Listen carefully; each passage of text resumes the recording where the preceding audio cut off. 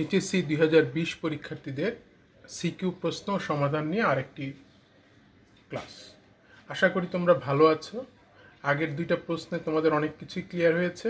ঠিক একই উদ্দীপক দিয়ে আমরা আরেকটি ক্লাস নিচ্ছি, যেটা তোমাদের প্রশ্ন আসলে যাতে তোমরা উত্তর করতে পারো। তাহলে চিত্র এম, চিত্র এন উদ্দীপক দুইটি। চলো আমরা প্রশ্নগুলো দেখে নিই কী কী প্রশ্ন আছে। হলোকার্পিক ছত্রাক কি? খতে আছে ক্যারিওগেমি বলতে কি বোঝায়? গ উদ্দীপক এম এর গঠন ব্যাখ্যা করো। ঘ উদ্দীপক এন যে ধরনের তাদের গুরুত্ব বিশ্লেষণ করো। তাহলে চলো আমরা এক এক করে যাই যে হলোকার্পিক ছত্রাক কি। আমরা জানি যে কোনো কিছুর গঠনটাকে দুইটা অংশে ভাগ করা যায়, একটা দৈহিক অংশ আর একটা জননাংশ। যে ছত্রাকের দৈহিক ও জননাঙ্গের মধ্যে পার্থক্য করা যায় না তাকে বলে হলোকার্পিক ছত্রাক। এবার চলে আসি আমরা পরবর্তী প্রশ্ন, ক্যারিওগ্যামি বলতে কি বোঝায়? আমরা যদি ছত্রাকের যৌন জনন দেখি তাহলে দুইটা ভিন্ন ধরনের গ্যামেট বা স্ট্রেন, যেহেতু নিম্ন শ্রেণীর জীব তাই আমরা স্ট্রেন বলছি, একত্রে মিলিত হয়, তখন তাকে বলে প্লাজমোগ্যামি। এরপরে এই কোষ দুইটা নিউক্লিয়াস একত্রে মিলিত হয়, তাকে বলে ক্যারিওগ্যামি। তা ক্যারিওগ্যামি বলতে কি বোঝায় আসলে তোমরা এইভাবে লিখবে যে দুইটা ভিন্নধর্মী ছত্রাকের কোষপ্রাচীর দুইটা একত্রে মিলিত হলে তাকে বলে প্লাজমোগ্যামি। এরপরে যখন ছত্রাকের নিউক্লিয়াস দুইটা একত্রে মিলিত হয় তখন তাকে বলে ক্যারিওগ্যামি। অর্থাৎ প্লাজমোগ্যামি ক্যারিওগ্যামি দুইটার সংজ্ঞাই দিতে হবে, কারণ প্লাজমোগ্যামি না দিলে ক্যারিওগ্যামিটা বোঝা যাবে না। আশা করি খটা বুঝতে পেরেছ। এবার আসি আমরা উদ্দীপক এম এর গঠন। তাহলে উদ্দীপক এম কি? আমরা এর আগের ক্লাসেও দেখেছি উদ্দীপক এম হচ্ছে এক ধরনের শৈবাল। তাহলে আমরা আসি এবার এই শৈবালের গঠন।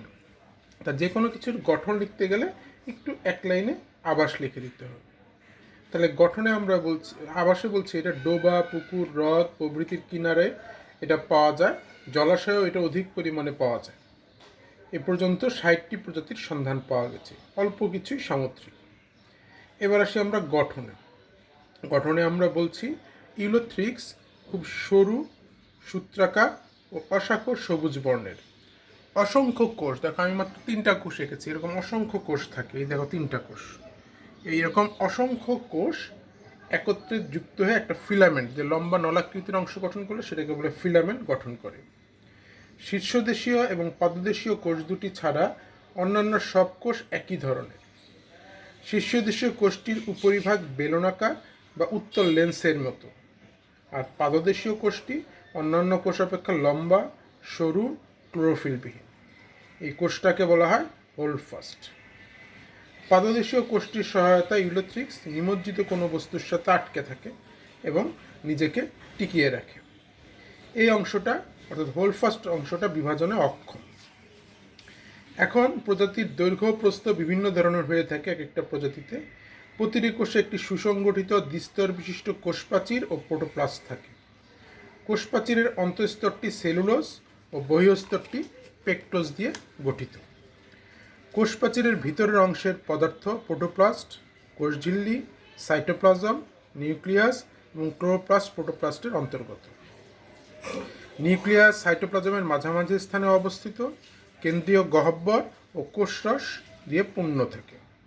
ইউলোথ্রিক্সের ক্লোরোপ্লাস্ট চওড়া ফিতার মতো, এটা দেখতে বেল্ট আকৃতির বা গার্ডেল আকৃতির এবং কোষের মাঝামাঝি অবস্থান করে। এটি প্রোটোপ্লাজমকে আংশিক অথবা সামগ্রিকভাবে বেষ্টন করে থাকে। ক্লোরোপ্লাস্টের ভিতরে এক বা একাধিক চকচকে সোনালী উজ্জ্বল বর্ণের যে পদার্থ দেখা যায় গোলাকার, তাদেরকে বলে পাইরিনয়েড। এই পাইরিনয়েডটা প্রোটিন দানা থাকে, আর এর চারিদিকে থাকে শ্বেতসারের আবরণ। এই গেল আমাদের ইউলোথ্রিক্স শৈবালের গঠন। এখন যদি আমরা আসি পরবর্তী প্রশ্ন, যে উদ্দীপক এন যে ধরনের তাদের গুরুত্ব বিশ্লেষণ করো। তাহলে উদ্দীপক এন কি ধরনের? উদ্দীপক এন হলো ছত্রাক ধরনের উদ্ভিদ, অর্থাৎ ছত্রাকের গুরুত্ব চেয়েছে। কারণ উদ্দীপক এনটা বলছে যে ধরনের উদ্ভিদ, তখন আমরা ছত্রাকে চলে যাব, তখন কিন্তু আর অ্যাগারিকাস বলা যাবে না। যদি বলতো উদ্দীপক এনের গুরুত্ব লিখো, তখনই কিন্তু আমরা অ্যাগারিকাসের গুরুত্ব লিখতাম। আর বলছে উদ্দীপক এন যে ধরনের উদ্ভিদ, সেই জন্য আমরা লিখব উদ্দীপক এন হলো একটি ছত্রাক ধরনের উদ্ভিদ। তাহলে ছত্রাকের গুরুত্ব আমরা আলোচনা করব। তো চলো শুরু করি। ছত্রাকের যে কোনো কিছুর গুরুত্ব লিখতে গেলে আমরা দুইটা পার্টে ভাগ করে লিখবো। আমরা শিখেছি একটা উপকারী দিক আর একটা অপকারী দিক। তাহলে চলো প্রথমে আমরা উপকারী দিক বা বেনিফিশিয়াল রোলে যাই। অধিকাংশ ছত্রাক ব্যাকটেরিয়ার সাথে একত্রে মৃত ও গলিত জৈব বস্তুর উপর জন্মিয়ে এদের পচন ত্বরান্বিত করে।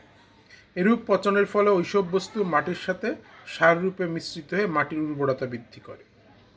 নানা প্রকার ইস্টজাতীয় ছত্রাক অর্থাৎ স্যাকারোমাইসিসের কয়েকটি প্রজাতি এবং পেনিসিলিয়ামের কয়েক প্রজাতির সাহায্যে মদ, পাউরুটি, কেক, পনির এগুলো তৈরি করা হয়ে থাকে।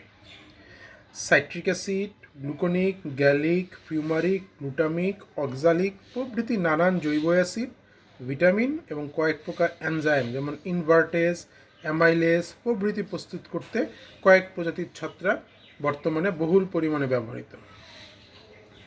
মিউকর রওনি ছত্রাকটিতে শ্বেতসার থেকে চিনি প্রস্তুত করতে ব্যবহৃত হয়। বিভিন্ন ছত্রাক থেকে বিভিন্ন রকমের জীবাণু প্রতিরোধী অর্থাৎ অ্যান্টিবায়োটিক উৎপাদন করা হচ্ছে।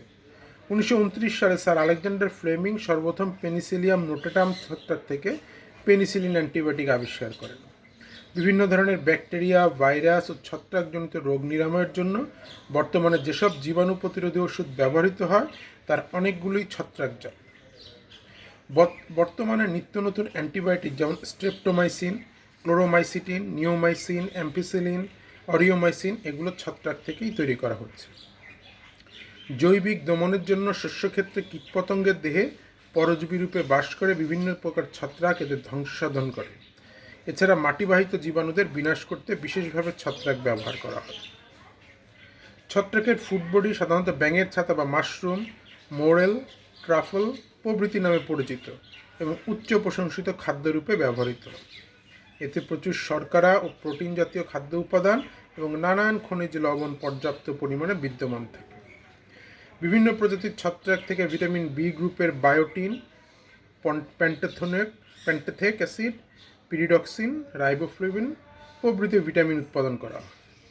গবেষণাগারে ছত্রাকের ব্যবহার বেশ গুরুত্বপূর্ণ। বর্তমানে জিনজাতীয় গবেষণায় বিভিন্ন ছত্রাক ব্যবহৃত হচ্ছে, যেমন নিউরোস্পোরা ক্রাসা, নিউরোস্পোরা সিটোফিলা। জিবেরেলিনা ফুজিকর্নি নামক ছত্রাক থেকে বৃদ্ধি সহায়ক হরমোন জিবেরেলিন উৎপাদন করা হয়। ক্লেভেসিপস পারপিউরা থেকে আর্গোট তৈরি করা হয়, যা বিশেষ করে সন্তান প্রসবের পর রক্তক্ষরণ বন্ধ করতে ব্যবহৃত হয়। অ্যাসপারজিলাস ছত্রাক ডায়াস্টেস ও জৈব অ্যাসিড তৈরিতে ব্যবহৃত হয়। মানুষের যে কোনো অঙ্গ ট্রান্সপ্লান্ট করতে মৃত্তিকাবাসী ছত্রাক সাইক্লোস্পোরিন ওষুধ তৈরিতে ব্যবহৃত হয়। অ্যাসপারজিলাস ছত্রাক থেকে স্টেরয়েড পাওয়া যায়, যেটি আর্থাইটিস নিরাময় করে। পেনিসিলিয়াম গ্রিসোফুলবান তৈরি করা হয়, যা দাঁত বা চর্মরোগ নিরাময় করে। এই গেল আমাদের উপকারিতা। এবার চলো আমরা অপকারিতায় আসি। উদ্ভিদের যেসব রোগ হয় তাদের মধ্যে উল্লেখযোগ্য অংশ ছত্রাকজনিত।